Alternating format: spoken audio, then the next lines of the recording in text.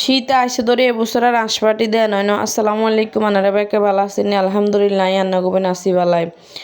তো বিকেলবেলা চলে গেছে আনমা বাজার বলতে সমনি গেছিল আর কি। তো সমনি যাই কিছু সদাই করি লই আইছে, আগেরও আছে বাজার।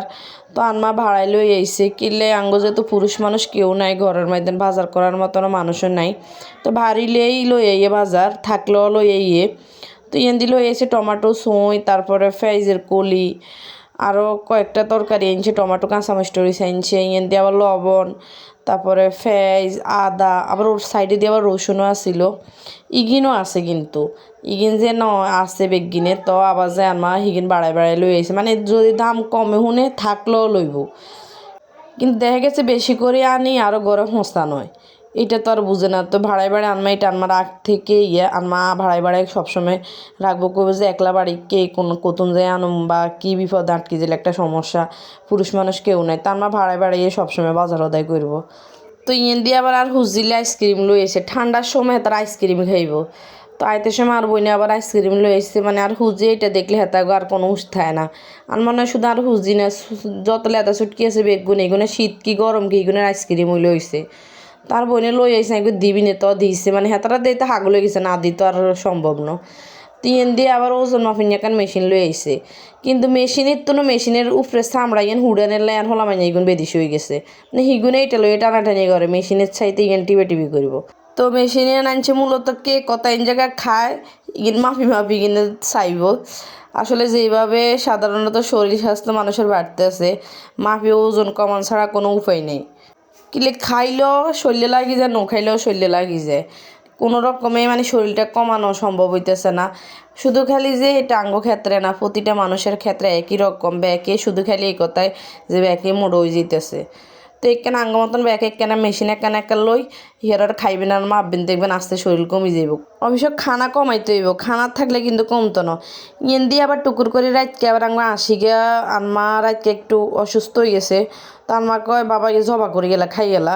তো আনমা রাতকে আশিয়া জবা করে দিছে, বিশ্বাস করতে না, আশিয়া কত বড় ভিডিওতে কিন্তু ছোটো দেওয়া যায়, কিন্তু আশিকের মানে হসম, তারপরে হালানির হরেও 6.5 কেজি হয়েছে। ই হয়েছে সিনাস কয় যে এটা আর রাধা আসার হরেরটা।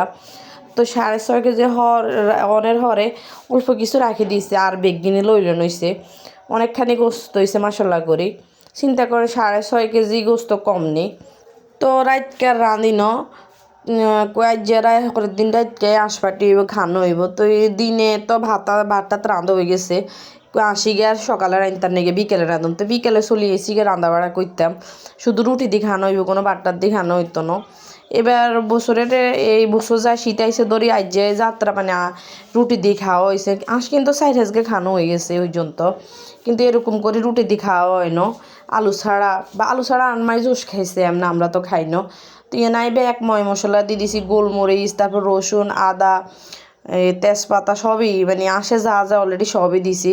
তবে গোলমরিচটা বিশেষ, গোলমরিচ ন দিলে আমার কাছে মনে হয় যে আঁশ তো গরমে হয় না। আর জাইফল জ্যোতিটা আসিল না, তো কিছু করার নাই, এটা দিয়ে স্বাদ বাড়ি যাবো। গোলমরিচ দিছি এটাই বহুত। ইয়েন দিয়ে তেলে কড়াই বইয়ে দিছি, অবশ্য তেলে কড়াই ইয়ের মধ্যে হিডা বানানি হয়েছিল আগে। তো হে তেলে কড়িয়াই বইয়ে দিছি, তো বইয়ে দিই হিয়ার তেলে কড়িয়ার মধ্যে আবার হেজ ভাগা দিই। আর কাছে মনে হয় যে আঁশরে একটু ভাগার দিই না ছড়াইলে ভালো লাগে না। তবে আমি বিশেষ করে আতে কম মাখাই, চুলের উপরে ফাঁকাই। তো আজ আতে মাখিয়ে লাইছি, মাখি হিয়ারে বইয়ে দিছি। আতে মাখি বই এলে হয়তো ভেজালটা কম হয়, কিন্তু চুলের উপরে বই এলে ভেজালটা বেশি, কিন্তু স্বাদ ওই রকমে। যেটা আসল কথা হচ্ছে কষ্ট যেটা, ওইটাই মজা বেশি আর কাছে মনে হয়। তাই তেল ভাগার দিকে ঢাকনা দিয়ে থুই রাখছিলাম, এরপরে উতরাইছে আর এরপরে যায় ঢাকনা উড়াইছি। সান মশলা করে কিন্তু অনেক কাঁচা কিন্তু আসি, এরপরে কালারটা অনেক সুন্দর হয়েছে।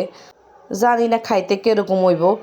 এই আশিকে রাইনতে বিশ্বাস করতেন না, রায় কিন্তু 3টার দিকে চড়াইছি, ওইসে মাগরিবের মানে সন্ধ্যার একটু আগে দিয়েছিল আর কি। এবার চিন্তা করে নিয়ে কত জোশ লইছে। আর গোস্ত হয়েছে প্রায় এক তেলা কড়িয়াতে কিছুটা কম, কিন্তু জোশ করতে করতে মানে অল্প আসে অনেক তেল হয়েছে। জোশ করতে করতে কিন্তু অল্প গদ্দুর মনে হয় জই গেছে, মানে হাত তেলে করে ইয়ারও কমধ্যে কই গেছে আর কি। এর ভিতরে কিন্তু আশায় 2-3বার কিন্তু কষা লাইছি, অফ ক্যামেরা কয়েকবার ফানি দিয়ে কষা লাইছি। তো এখানে কাঁচামরিচও দিয়ে লাইছি, দিয়ে হেরারা রয়ে গেছে আর হাইলের ডালি লই আইছি ঘরে আর কি। এর পরে আর মামা ওই দিন আবার রাতকে আইছিল।